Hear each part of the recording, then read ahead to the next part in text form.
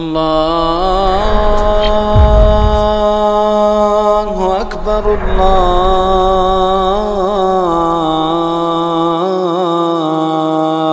أكبر. قال رسول الله صلى الله عليه وسلم إن الله حرم عليكم حقوق الأمهات ووأد البنات ومنع الوهات وكره لكم قيل وكال وكثرة السؤال وإضاعة المال. نہایت ہی معزز اور مکرم سامعین کرام، اللہ تعالیٰ کا ہم پر بہت بڑا احسان انعام ہے کہ اس رب نے ہم کو بہت بڑی عظیم دولت اسلام سے نوازا۔ اس عظیم دولت کے نوازنے کے بعد اس رب العالمین نے ہم کو ایک اور عمدہ نعمت سے نوازا، اور وہ نعمت ہے کہ ہم اپنے تمام کام مشغولیات چھوڑ کر اللہ اور اس کے رسول کی باتیں سننے کے لیے بیٹھے ہوئے ہیں۔ یہ سب سے عظیم نعمت ہے۔ اس لیے حسن بصری رحمہ اللہ، ان کا یہ قول ہے الدنیا ظلم الا مجالس العلماء، دنیا ساری کی ساری اندھیر نگری ہے، اندھیرے ہی اندھیرے ہیں، فتنے ہی فتنے ہیں، الا مجالس العلماء، پوری دنیا میں اگر کرنیں ہیں، روشنیاں ہیں، تو وہ صرف اور صرف علماء کی مجالس ہیں۔ دنیا کے اندر اگر کوئی روشنیاں ہیں، نور ہیں، تو وہ یہی علماء کی مجالس ہیں۔ تو یہ بھی اللہ تعالیٰ کی ہم پر بہت بڑی نعمت اور اس کا احسان ہے کہ اس نے ہم کو توفیق دی کہ ہم اس کی باتیں سننے کے لیے آج مل بیٹھے۔ تو بھائیو، یہ جو میں نے حدیث مبارکہ آپ کے سامنے پیش کی ہیں، اس حدیث کے اندر رسول اللہ صلی اللہ علیہ وسلم نے 6 چیزوں سے روکا ہے۔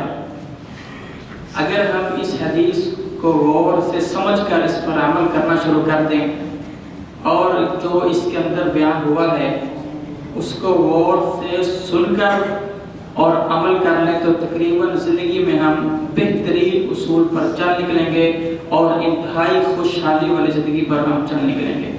تو پہلی بات نبی علیہ السلام نے فرمایا ان اللہ حرم علیکم حقوق الامہات، کہ اللہ رب العزت نے تم پر حرام کیا ہے حقوق الامہات، ماں کی نافرمانی کو۔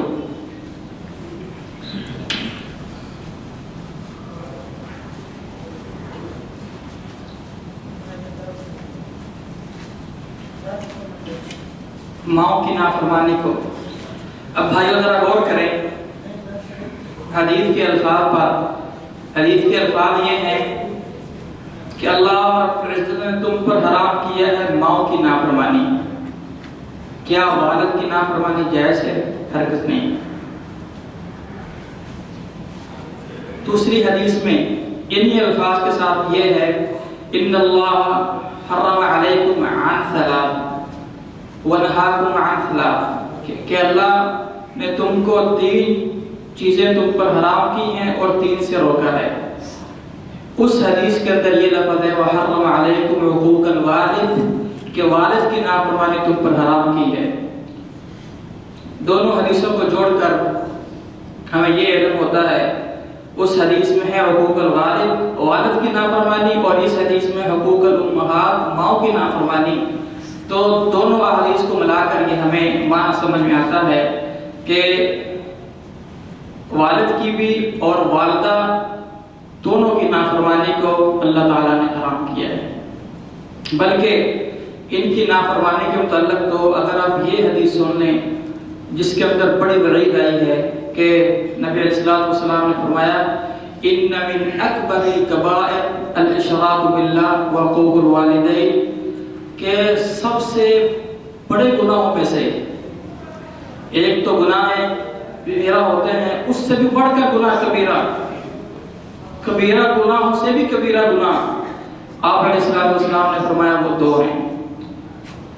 ایک تو کبیرہ گناہ ہوتا ہے، یہ اس سے بھی بڑھ کر کبیرہ گناہ، وہ دو ہیں، الاشراک باللہ، اللہ کے ساتھ کسی کو شریک ٹھہرانا، اور نمبر دو وعقوق الوالدین، اور والدین کی نافرمانی کرنا۔ یعنی یہ سب سے عظیم گناہ ہے، اس کی بہت وعید ہے۔ تو اس لیے بھائیو، اس حدیث کے اندر جو خاص طور پر یہ ذکر ہے حقوق الامہات، یہ خاص طور پر ماؤں کا ذکر کیوں کیا؟ اس کی علماء نے 2-3 وجوہات کی ہیں۔ ایک وجہ یہ ہے کہ والد سے زیادہ حق وہ ماں کا ہے، حسن سلوک کا زیادہ حق کون رکھتی ہے؟ والدہ رکھتی ہے۔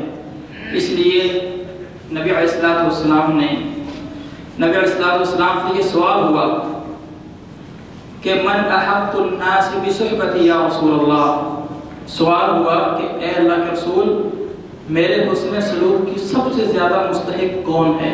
سب سے زیادہ میرے حسن سلوک کا مستحق کون ہے؟ جس کے ساتھ میں اچھا رویہ رکھوں، جس کے ساتھ میں اچھا انداز برتوں، جس کے ساتھ میں حسن خلق سے پیش آؤں، جس کے ساتھ میں پیار محبت سے پیش آؤں۔ تو آپ علیہ السلام نے فرمایا امک، وہ تیری ماں ہے۔ من ہم یا رسول، پھر اس کے بعد کون؟ آپ نے فرمایا امک۔ پھر اس کے بعد کون؟ آپ نے فرمایا امک، 3 مرتبہ کہا وہ تیری ماں ہے، تیری ماں ہے۔ اور چوتھی مرتبہ پھر آپ علیہ السلام سے جب سوال ہوا تو آپ نے فرمایا ابو کا، وہ تیرا باپ ہے۔ تو اس لیے خاص طور پر اس حدیث کے اندر ماں کا ذکر اس لیے ہوا کہ ماں کا درجہ رتبہ وہ والد سے زیادہ ہے۔ ایک یہ بات۔ دوسری بات یہ ہے کہ خاص طور پر ماں کا ذکر اس لیے کیا اس حدیث میں کہ ماں کی ہیبت، رعب وہ والد کی بنسبت کم ہوتا ہے۔ اس لیے انسان اپنی ماں کے آگے بعض اوقات وہ باتیں کر لیتا ہے جو وہ والد کے سامنے نہیں کرتا۔ اس لیے خاص طور پر والدہ کا ذکر ادھر ہوا کہ والد کے اپنی ماں کی نافرمانی سے بچو۔ اور بھائیو، یہ ماں کی نافرمانی بھائیو، والدہ یہ ایسی عظیم عورت ہے، ایسی عظیم عورت جس کی آپ اگر ساری زندگی بھی اس کے ساتھ اچھا رویہ رکھتے رہیں، اس کی خدمت کرتے رہیں، پھر بھی آپ اس خدمت کا مقابلہ نہیں کر سکتے جو والدہ نے آپ کی خدمت کی ہے۔ آپ کو نہیں پتا کہ آپ کی والدہ نے آپ کی کتنی خدمت کی ہے۔ ایک آدمی، اس نے حضرت عمر بن خطاب رضی اللہ تعالی عنہ سے سوال پوچھا۔ وہ آدمی شام کا تھا۔ اس نے کہا اے عمر بن خطاب رضی اللہ عنہ، میں نے اپنی والدہ کو کندھوں پر بٹھا کر 7 حجیں کروائی، 7 حجیں، اور آپ بھائیوں کو علم ہے جو حج کر چکے ہیں کہ حج ایک مشقت کا نام ہے۔ اس نے خود بھی حج کی اور والدہ کو بھی کندھے پر بٹھا کر حج کروائی، اور ایک بھی 7 حجیں۔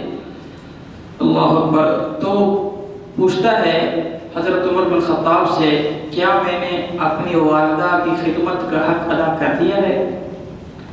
تو حضرت عمر بن خطاب رضی اللہ تعالیٰ عنہ نے کہا اے وہ شخص، اے آدمی، ابھی تک تو نے ایک رات کا بھی حق ادا نہیں کیا جو تو اپنی ماں کے پیٹ میں تھا۔ ایک رات کا بھی حق ادا نہیں ہوا تو یہ کہتا ہے میں نے حق ادا کر دیا ساری زندگی کا۔ تو بھائیو، والدہ بڑی عظیم نعمت ہے۔ اگر کسی کے پاس ہو تو وہ ان کی خدمت کو غنیمت جان لے۔ اس لیے حسن بصری رحمہ اللہ کہتے ہیں کہ والد اور والدہ یہ انسان کے لیے جنت کے کھلے ہوئے 2 دروازے ہیں۔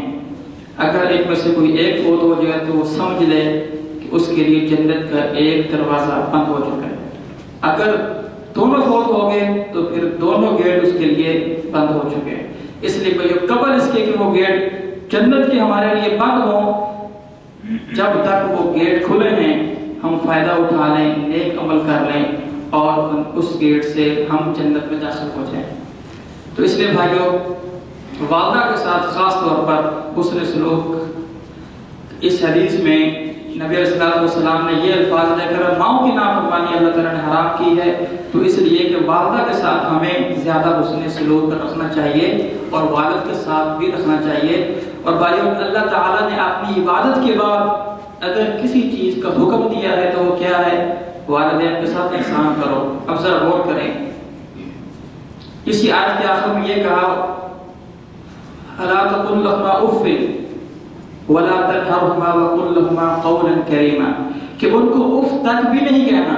اف تک علماء نے اف کی وضاحت کیا دی ہے کہ اگر آپ کی والدہ کوئی آپ کو حکم دیتی ہے اور آپ اس کے حکم پر عمل بھی کر لیتے ہیں، لیکن یہ بات کہتے ہیں کہ امی کیا بات ہے، آپ ہر کام مجھ کو ہی کہتی رہتی ہیں، ایسی بات کر لیتے ہیں، یہ بھی اف کے زمرے میں آتا ہے. آپ نے کام بھی کر لیا لیکن ایسی بات بھی کر دی تو ایسی بات سے بھی روکا ہے کہ اف بھی، یعنی ایسی باتیں بھی نہیں کہنا جس سے ہلکی سی تکلیف پہنچے. اور اگر آپ کی والدہ آپ کو کوئی کام کہتی ہے، آپ اس کے حکم پر عمل کر لیتے ہیں، اس کو کہتے ہیں فرما برداری. احسان ابھی تک بھی نہیں ہوا. جس کا اللہ تعالیٰ نے حکم دیا ہے احسان کرو، وہ احسان کیا ہے؟ احسان یہ ہے جو علماء نے لکھا ہے کہ آپ کی والدہ آپ سے مطالبہ نہیں کرتی کسی چیز کا، آپ کو حکم نہیں دیتی، آپ بغیر مطالبے کے اور کسی حکم کے بغیر آپ اپنی والدہ کا کام کرتے ہیں، اس کے کہنے کے بغیر، اس کے حکم کے بغیر. یہ ہے احسان. آپ کو پتہ ہے کہ والدہ ہماری کھانا کھا رہی ہے، اس کو پانی کی حاجت ہوگی، آپ کو علم ہے، تو آپ پانی کو اس کے سامنے پیش کر دیتے ہیں اس کے کہنے کے بغیر. یہ ہے والدہ کے ساتھ احسان. آپ کو پتہ ہے کہ ہماری ماں اس وقت دوائی لیتی ہے، آپ اسی وقت دوائی اپنی والدہ کے سامنے پیش کر دیتے ہیں. یہ ہے احسان. یعنی والدہ کو کہنا نہ پڑے، آپ وہ کام کر دیں جس کی آپ کو پتہ ہے کہ والدہ کو ضرورت ہوتی ہے. یہ ہے بھائی احسان. اگر چاہتے ہو کہ احسان کے مرتبے پر فائز ہو تو پھر ایسے عمل کرو، ایسے احسان کرو. کوئی بھی احسان کی تعریف لغوی یہی ہے کہ جو کام آپ کے ذمے ہے اس کو تو آپ نے کرنا ہی کرنا، اگر اس سے بڑھ کر کرتے ہیں تو یہ احسان ہے. کوئی بھی کام ہو یہ احسان ہے. تو اس لیے بھائیوں، والدین اگر آپ کے حیات ہیں، زندہ ہیں، تو ان کی خدمت کو آپ ان لمحات کو غنیمت جان کر جو ہے وہ ان کی خدمت کر لیں، تاکہ آپ بھی ان لوگوں میں سے شامل ہو جائیں جو اپنے والدین کے فرما بردار ہیں اور ان کی خدمت گزار ہیں.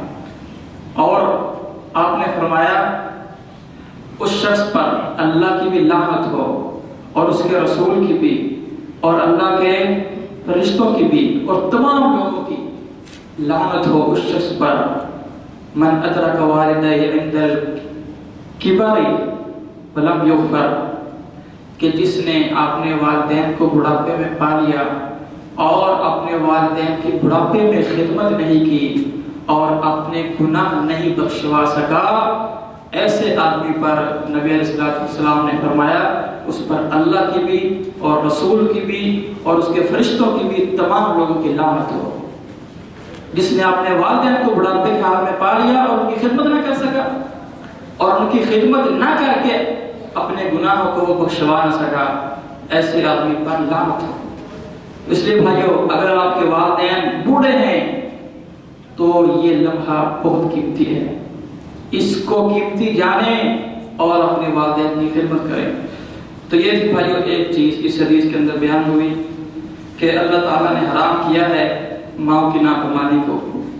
آگے بڑھتے ہیں نمبر 2 چیز پر، ووأد البنات، اور بیٹیوں کو زندہ درگور کرنا.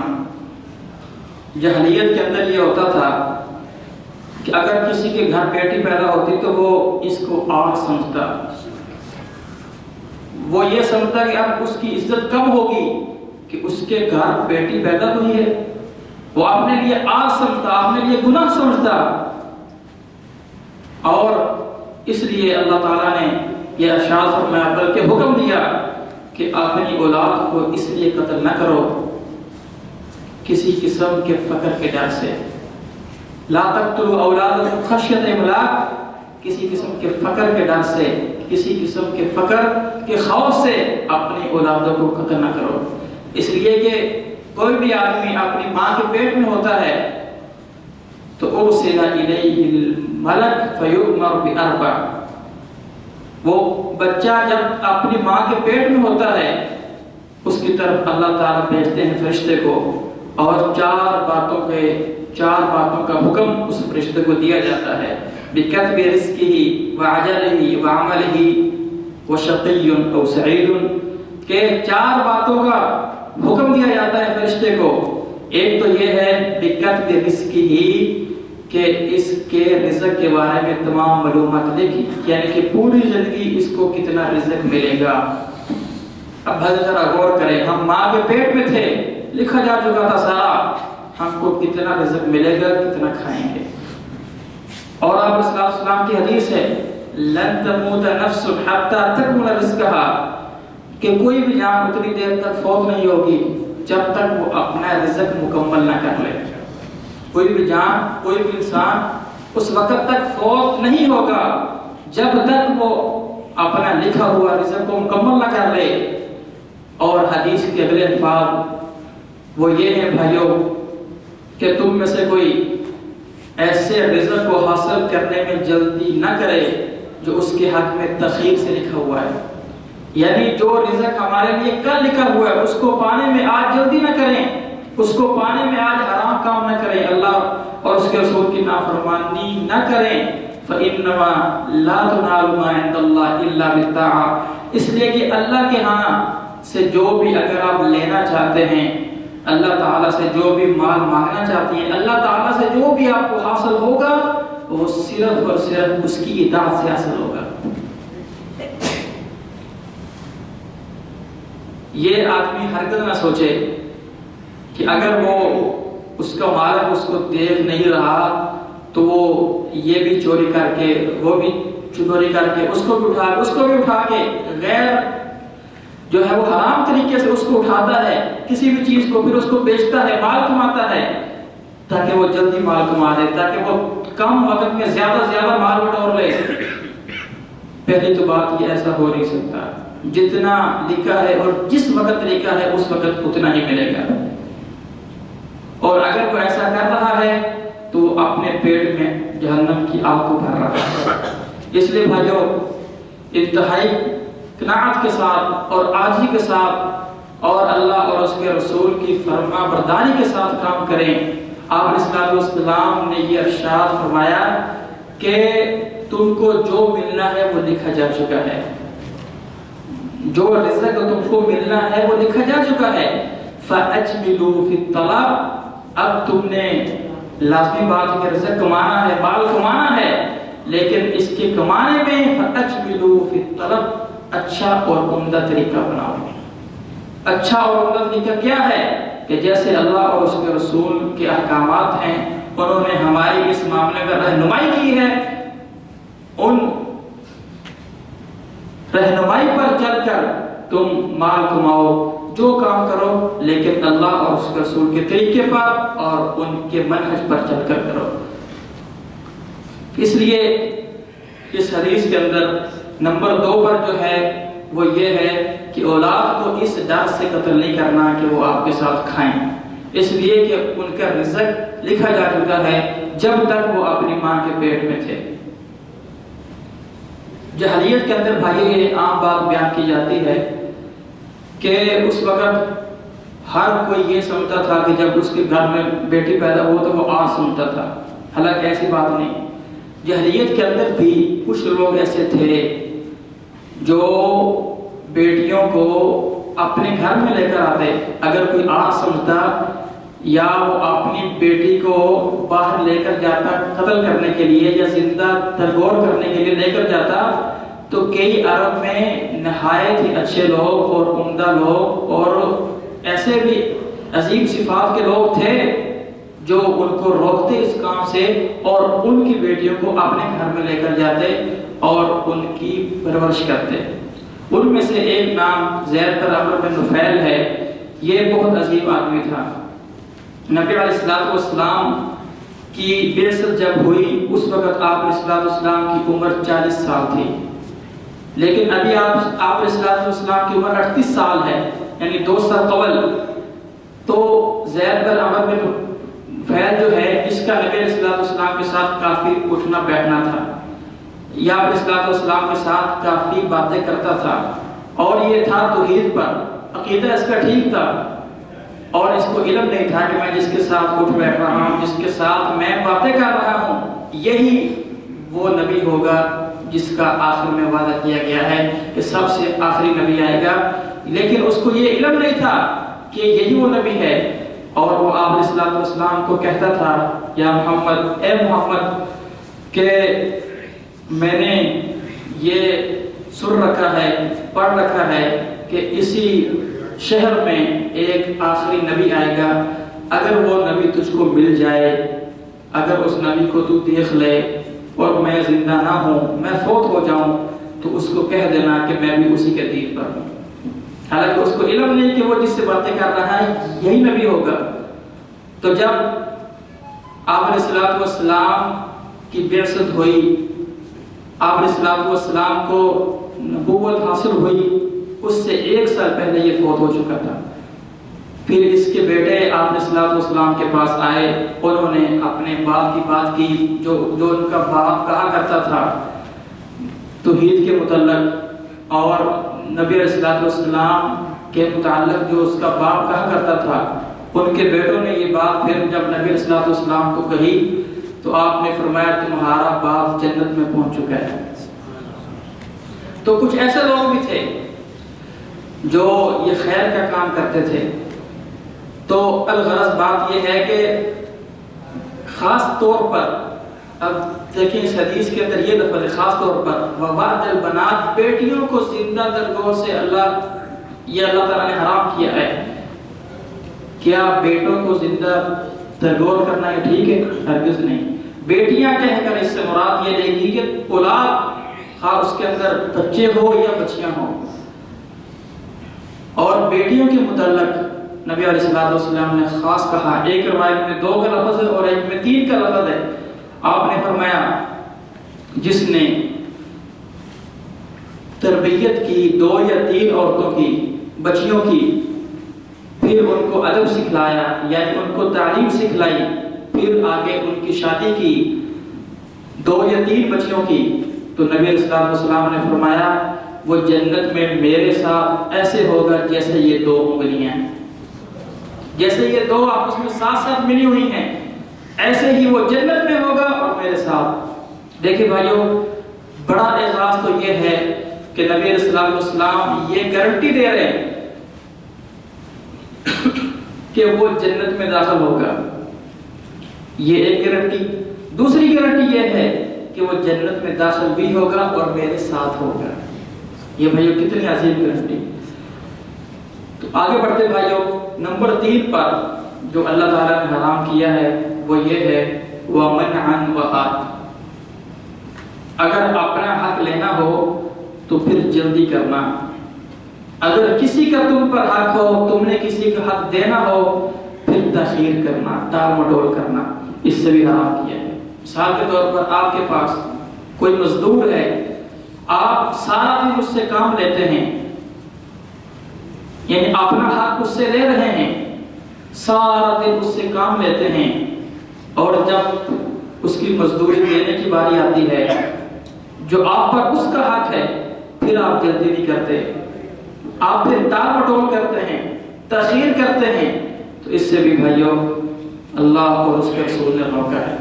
بلکہ اس کے متعلق تو حدیث یہ آتی ہے آتوا الاجیر اجرہ قبل ان یجف العرق، کہ مزدور کو اس کی مزدوری دو اس کے پسینے خشک ہونے سے بھی قبل، یعنی اتنی جلدی مزدوری دو اس کی کہ وہ کام کر رہا ہے، اس کو پسینہ آیا ہوا ہے، قبل اس کے کہ وہ خشک ہو پسینہ، اسی حالت میں اسی پاؤں پر اس کی مزدوری دو۔ تو اس لیے بھائیوں جو حق ہے کسی کا، حق کے دینے میں جو آپ پر کسی کا حق ہے جلدی کریں، ہرگز تاخیر نہ کریں، اور اگر آپ ایسا کریں گے تو آپ حرام کام کا ارتکاب کر رہے ہیں جو اللہ نے آپ پر حرام کیا ہے۔ اور نمبر 4 پر یہ فرمایا وقیل وقال، کہی گئی باتیں، اس کو بھی اللہ کے رسول نے حرام کیا ہے اور اللہ نے بھی حرام کیا ہے کہ وقیل قال میں 3 باتیں آتی ہیں۔ قیل وقال کا لغوی معنی یہ ہے اس نے کہا ایسی باتیں ہو رہی تھی، یہ وہ ایسی باتیں کرنا، لیکن اس میں 3 باتیں آتی ہیں جو علماء نے لکھا ہے۔ ایک بات یہ ہے کہ آپ کسی کے سامنے، کسی انسان کے سامنے اپنے کسی دوسرے بھائی کا برائی کے ساتھ ذکر کریں، آپ کہیں کہ وہ یا فلاں آدمی تو ایسا ایسا ہے، اس کی برائی کریں، اسی کو کہتے ہیں غیبت۔ اور آپ علیہ السلام فرمایا لا يدخل الجنہ نمام، کہ ایسی غیبت کرنے والا، چغل خوری کرنے والا وہ جنت میں کبھی داخل نہیں ہوگا۔ لا يدخل الجنة نمام، اور ایک روایت میں کہ الغیبت اشد من الزنا، زنا سے بھی سخت اور زیادہ گناہ والا کام وہ غیبت ہے۔ اس لیے اس کی وضاحت بھی کی کہ جو آدمی زنا کرتا ہے وہ اس کا معاملہ اور اللہ کا معاملہ ہے، اللہ تعالیٰ چاہے اس کو معاف کر دے، لیکن جو غیبت کرتا ہے وہ جس کی کر رہا ہے جب تک وہ نہ معاف کرے اللہ تعالیٰ بھی معاف نہیں کرتے۔ اس لیے بھائیوں جس کی غیبت کی ہے اس سے معافی مانگنی پڑے گی، اس کو وہ کہ یار میں نے فلاں وقت پر تیری غیبت کی تھی، مجھ کو معاف کر دے، اس سے پہلے معافی مانگیں گے تب اللہ تعالیٰ معاف کریں گے۔ اور اس لیے علماء نے دعا کی قبولیت کے جو 4 اسباب ذکر کیے ہیں کہ جب تک تمہارے اندر 4 سبب پائے جائیں گے تب تمہاری دعا قبول ہوگی۔ ان میں سے آخری سبب یہ ہے کہ جس کی غیبت کی ہے پہلے اس سے معافی مانگو، اگر اس سے معافی نہیں مانگو گے اللہ بھی تمہاری کوئی دعا قبول نہیں کریں گے۔ اس لیے بھائی یہ بڑا عظیم گناہ ہے، اس سے دور رہیں، بلکہ یہ ایسے ہی ہے جیسے کہ اس کی مثال اللہ تعالیٰ نے یوں ارشاد فرمائی، یوں بیان کی اَيُحِبُّ أَحَدُكُمْ أَن يَأْكُلَ لَحْمَ أَخِيهِ مَيْتًا فَكَرِهْتُمُوهُ، کیا تم میں سے کوئی چاہتا ہے کہ وہ اپنے مردہ بھائی کا گوشت کھائے؟ یہ اللہ تعالیٰ نے ایک مثال دی، کیا تم میں سے کوئی چاہتا ہے کہ وہ اپنے مردار بھائی کا گوشت کھائے؟ ہرگز نہیں چاہتا۔ فَكَرِهْتُمُوهُ، اللہ تعالیٰ کہتا ہے تم اس کو ناپسند کرتے ہو، اور غیبت کرنا یہی ہے گویا کہ تم اس کا گوشت کھا رہے ہو۔ تو اس لیے بھائیوں ایک تو بات یہ ہے، اور نمبر 2 بات یہ ہے کہ آپ کسی علاقے میں نہیں گئے، مثال کے طور پر ایک پاکستانی ہے، وہ زندگی میں کبھی ہندوستان نہیں گیا، وہ کبھی ہندوستان نہیں گیا، اور نہ ہی ہندوستان کی خبروں کا اس کو علم ہے، اور نہ ہی ہندوستان کے علاقوں کا اس کو علم ہے کہ ادھر کیا ہوتا ہے کیا نہیں ہوتا ہے، اور وہ خواہ پاکستان میں بیٹھ کر ایسی باتیں کرتا ہے کہ یار ادھر تو وہ ہوتا ہے، یہ ہوتا ہے، ایسے ایسے کام ہوتے ہیں، ٹھیک ہے۔ ایسی باتوں کو بھی اللہ اور اس کے رسول نے حرام کیا ہے۔ اگر تمہارے پاس تحقیق سے وہ بات نہیں آئی، تحقیقی ذرائع سے اگر تمہارے پاس وہ بات نہیں پہنچی، تو تمہیں کوئی حق نہیں کہ تم کسی کنٹری کا اور کسی ایسے شہر کا ذکر کرو جہاں پہ تم گئے ہی نہیں، جہاں سے تمہارے پاس تحقیق کے ساتھ کوئی خبر وہ پہنچی ہی نہیں، تو تم کو کیسے پتا پھر اس بات کا؟ تو پھر تحقیق کے بغیر بھائیوں کسی بھی علاقے کے بارے میں، کسی بھی کنٹری کے بارے میں، کسی بھی شہر کے بارے میں ہرگز بات نہ کرو جو اس شہر اور اس کنٹری اور اس علاقے میں جو کام ہو رہا ہے، خواہ ہو رہا ہے لیکن آپ کو تحقیق کے ذریعے وہ نہیں پہنچی بات، آپ وہ بات ہرگز نہیں کر سکتے۔ ایک یہ ہے۔ تیسری بات یہ ہے قیل وقال میں کہ لوگوں کی باتوں کے سامنے آپ رسول اللہ صلی اللہ علیہ وسلم کی حدیث کو رد کر دیں، یہ بھی بھائی بہت بڑا گناہ ہے۔ امام شافعی رحمہ اللہ کہتے ہیں کہ اجمع الناس علی انہم من استبانۃ لهم سنت رسول اللہ، کہ علماء نے اکٹھ کیا ہے کہ جس کے لیے سنت رسول اللہ صلی اللہ علیہ وسلم واضح ہو جائے، آپ علیہ السلام کی حدیث واضح ہو جائے، پھر وہ مخلوق میں سے کسی کے قول کو حدیث کے آگے کر دے، مخلوق میں سے کسی کا قول وہ مان لے، نبی علیہ السلام کی حدیث نہ مانے، فرمایا یہ اس سے بھی اللہ اور اس کے رسول نے روکا ہے، اس کو بھی اللہ تعالیٰ نے حرام قرار دیا ہے۔ اور کسی مومن کے لیے لائق نہیں اللہ اور اس کے رسول کی بات ماننا تو دور کی بات مان کر دل میں تنگی محسوس کرنا بھی نہیں جائز۔ اللہ تعالیٰ کیا فرماتے ہیں؟ الا وربک لا یؤمنون حتی یحکموک فیما شجر بینہم ثم لا یجدوا فی انفسہم حرجا مما قضیت ویسلموا تسلیما۔ اللہ تعالیٰ کیا کہہ رہے ہیں؟ اللہ اکبر، کتنی عظیم بات۔ اللہ تعالیٰ کہتے ہیں اے محمد تیرے رب کی قسم، تیرے رب کی قسم، اللہ تعالیٰ اپنی قسم اٹھا کر یہ بات کہہ رہے ہیں کہ یہ اس وقت تک مومن نہیں ہو سکتے جب تک اپنے معاملات میں تم کو فیصلہ نہ مان لیں، تم کو فیصلہ کرنے والا نہ مان لیں، اور پھر جو تم فیصلہ کر دو اس کو تسلیم کرتے وقت دل میں تنگی محسوس نہ کریں۔ اگر تم حدیث بھی مان رہے ہو، نبی علیہ السلام کی بات پر عمل بھی کر رہے ہو، لیکن دل خوش نہیں ہے، دل تنگ ہے، پھر بھی سمجھو تمہارا ایمان خطرے میں، ایمان پھر بھی خطرے میں ہے۔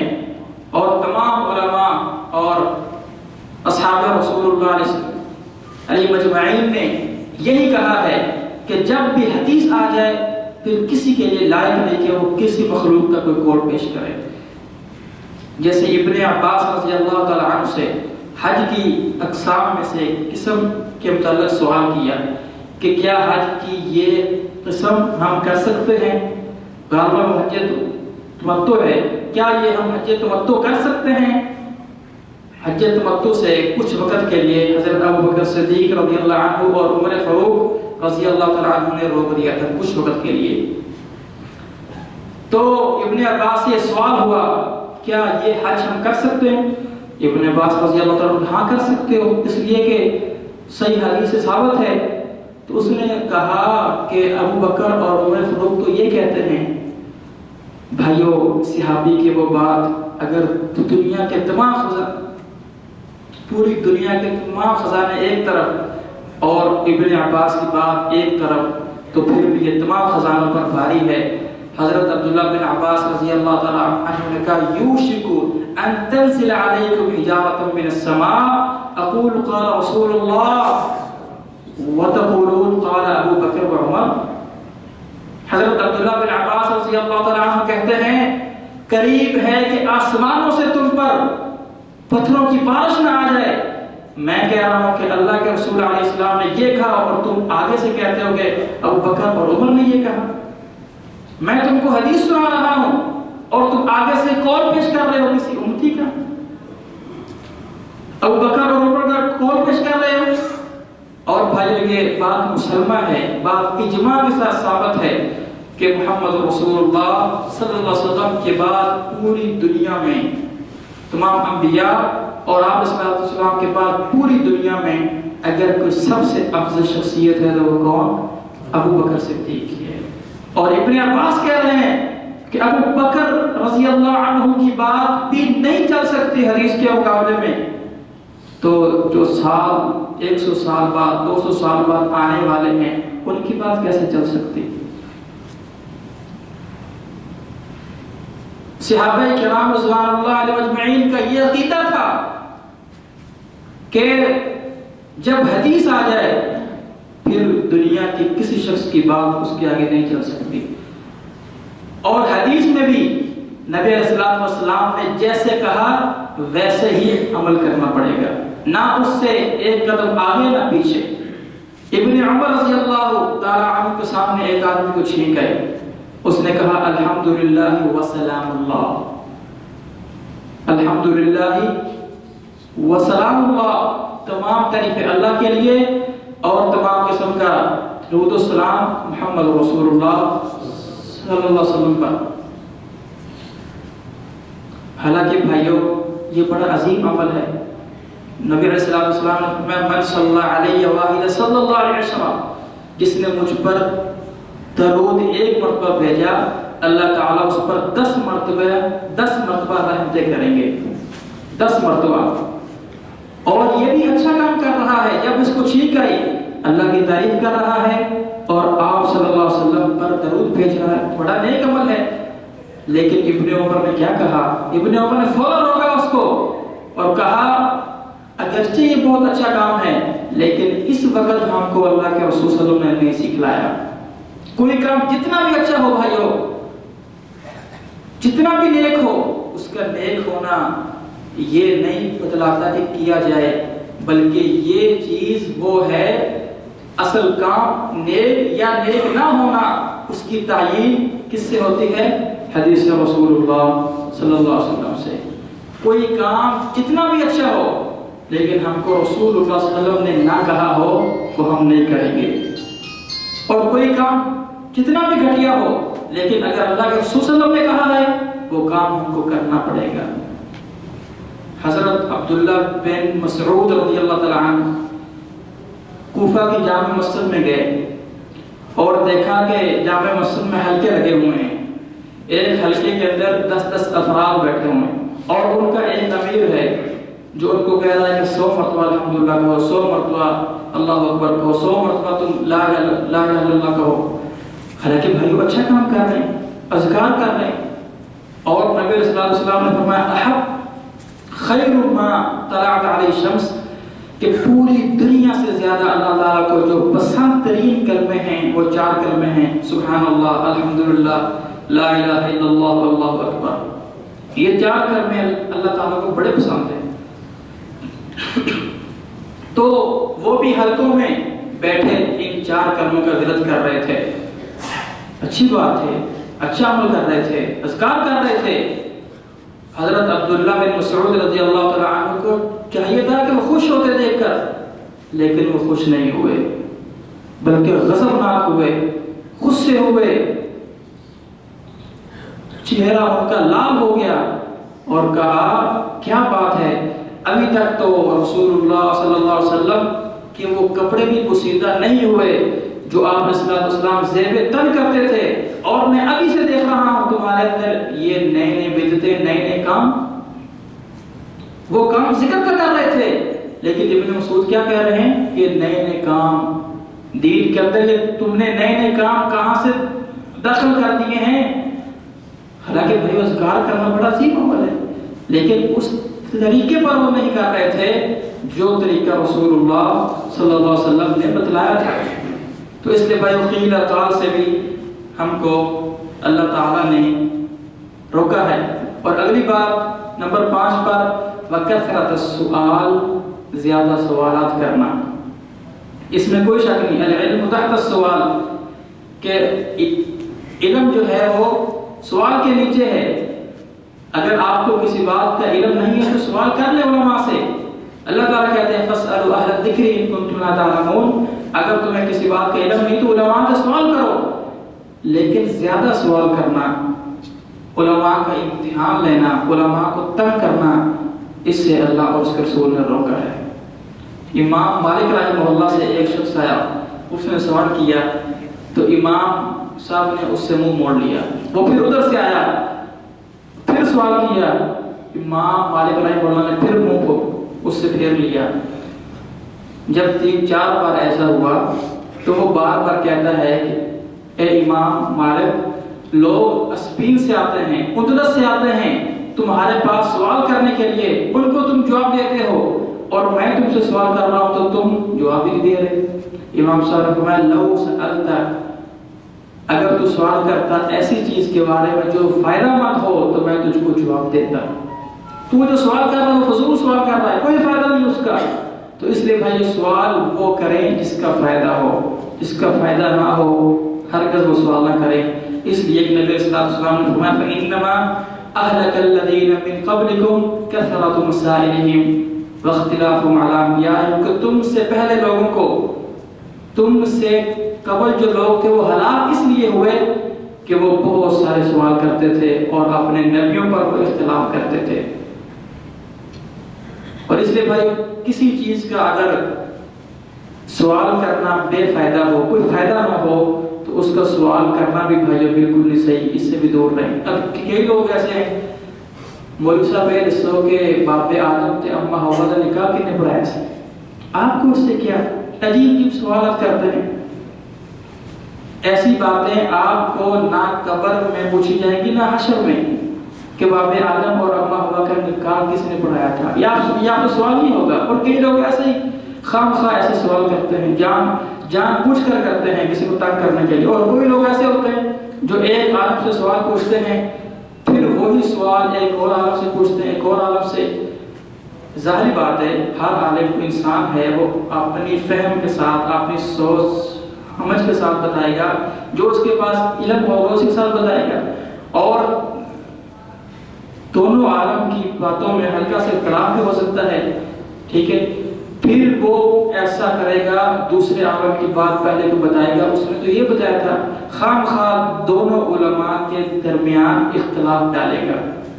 کئی لوگ ایسا کرتے ہیں، جس سے بھائیو اللہ اور اس کے رسول نے روکا ہے۔ اور آخری بات وَإِضَاعَةَ الْمَالِ، مال کو ضائع کرنا، اس سے بھی اللہ اور اس کے رسول نے روکا ہے۔ اس کے اندر بھائیو تین چیزیں ہیں۔ ایک بات کہ مال کو خرچ کرنا جو حرام کام ہے وہ تو خرچ کرنا بھی حرام، اور جس پر خرچ کر رہا ہے وہ بھی حرام۔ اور نمبر دو کہ مال کو جائز کام میں خرچ کرنا۔ اس کی پھر آگے یہ قسمیں ہیں کہ جائز کام پر کتنا خرچ کرنا۔ جائز کام پر بھائی اتنا ہی خرچ کریں جتنا حاجت اور جتنا ضرورت ہو۔ اس لیے نبی علیہ الصلوۃ والسلام نے فرمایا کل واشرب والبس وتصدق من غیر اسراف ولا مخیلہ، کھاؤ پیو اور پہنو اور اللہ کے راستے میں صدقہ کرو بغیر کسی فضول خرچی کے۔ کھانا پینا لباس اتنا ہو جتنا آپ کو ضرورت ہے، جتنی آپ کو حاجت ہے۔ اگر زندگی میں کبھی کبھار اگر ان کے اندر فضول خرچی ہو جائے تو اس میں کوئی عیب نہیں، لیکن ہمیشہ فضول خرچی کرنا، ہمیشہ اگر آپ کو 3-4 کپڑے کافی ہیں، آپ کو کفایت کر جاتے ہیں، پھر خام خواہ 40-50 کپڑے بنا کر رکھنا یہ فضول خرچی ہے۔ اگر آپ کا پیٹ 2 روٹیوں سے بھر جاتا ہے تو خام خواہ 20 روٹیاں آگے رکھنا یہ بھی فضول خرچی ہے۔ تو ایسے بھائیوں جتنے بھی کام اللہ تعالیٰ کہتے ہیں جو فضول خرچی کرتے ہیں، ان المبذرین کانوا اخوان الشیاطین، کہ جو فضول خرچی کرنے والے ہیں وہ دراصل شیطان کے بھائی ہیں۔ اس لیے بھائیوں کوشش کریں کہ کھانے پینے اور لباس میں اسراف نہ ہو بلکہ اعتدال ہو، اعتدال ہو۔ اس لیے کہ نبی صلی اللہ علیہ وسلم نے فرمایا ما ملأ آدمی دعا شر من بطن، آدمی جس بھی برتن کو بھرتا ہے ان میں سے بدترین برتن وہ آدمی کا پیٹ ہے۔ حسب ابن آدم عقلات یقیمن صلبا، ابن آدم کے یہ چند لقمے کافی ہیں جس سے اس کی کمر سیدھی ہو جائے۔ ہاں لیکن بعض اوقات اگر انسان بہت زیادہ کھا پی لے تو اس میں کوئی حرج نہیں، جیسے کہ وہ حدیث میں آتا ہے ایک مرتبہ حضرت ابو ہریرہ رضی اللہ تعالیٰ کہتے ہیں کہ میں نے دودھ اتنا پیا حتیٰ کہ دودھ ایسے لگا جیسے میری انگلیوں سے بھی آنے لگ پڑا، یعنی کتنا دودھ پیا بعض اوقات۔ تو اگر بعض اوقات کسی دعوت پر کسی عزوبے پر کوئی ایسا موقع آ جائے تو کوئی حرج نہیں، لیکن اکثر آدمی عادت بنا لے کہ وہ ہر وقت کھاتا ہی رہے۔ اور یاد رکھیں تمام قسم کی گناہوں کی جڑ وہ آپ کا پیٹ ہے۔ اگر اس کو بھر کر رکھیں گے تو آپ پر سستی غفلت طاری ہوگی۔ جب سستی اور آپ غافل ہوں گے اس وقت عبادت کے اندر بھی آپ کا دل نہیں لگے گا، اس وقت پھر آپ مائل ہوں گے گناہوں کی طرف۔ جب انسان کا پیٹ بھرتا ہے اس وقت اس کو شہوات آتی ہیں، اس وقت اس کی خواہشات زیادہ ہوتی ہیں۔ تو اس لیے بھائیوں اگر آپ کھانے میں اعتدال کے ساتھ رکھیں گے، کھانا اعتدال کے ساتھ کھائیں گے، نہ کم نہ زیادہ، تو آپ کے لیے فائدہ مند ہوگا، آپ کا دل عبادت میں بھی لگے گا۔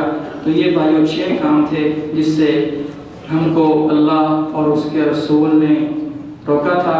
اللہ تعالیٰ سے دعا ہے کہ اللہ تعالیٰ ہم کو ان 6 کاموں سے بچنے کی توفیق عطا فرمائے۔